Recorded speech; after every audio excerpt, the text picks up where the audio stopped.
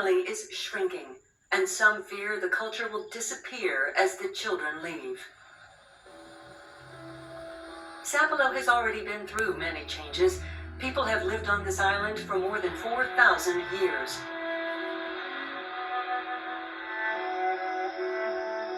There were Native Americans, Spanish missionaries, and rich entrepreneurs. Sapelo has a history as rich and diverse as any region in the South.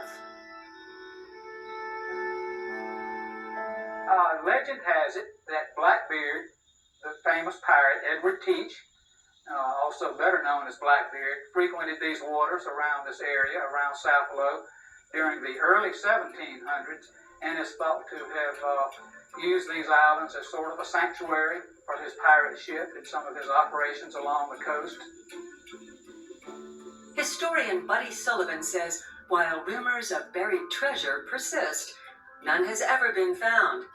The real prize has always been the land. When slavery was legalized in Georgia in 1750, Georgia, like both the Carolinas, became an agricultural empire. So again, going back to that concept of land, it was the land that attracted people here, and it was largely based on profit. Now, a profit motive, an economic motive. So slaves were imported into the Georgia colony, to Sapelo, to Ossabaw, to St. Simon's, to the other islands, Cumberland, Jekyll. And agriculture began to grow up before and after the American Revolution. And most of these islands were huge plantation empires. Thomas Spalding is probably the best known plantation owner. He was ahead of his time in many ways. His growing techniques were considered revolutionary. He was the first to grow sugarcane for commercial profit.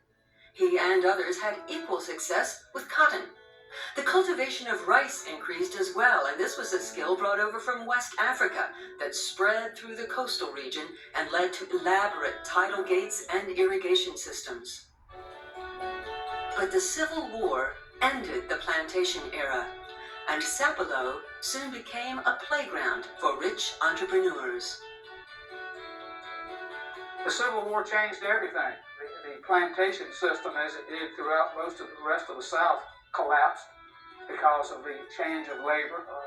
No planters had wages to pay labor with the emancipation of the slaves, and so the agriculture on Sapelo, as it was on the other barrier islands of Georgia, pretty much ended, and so the people turned to other ways of livelihood.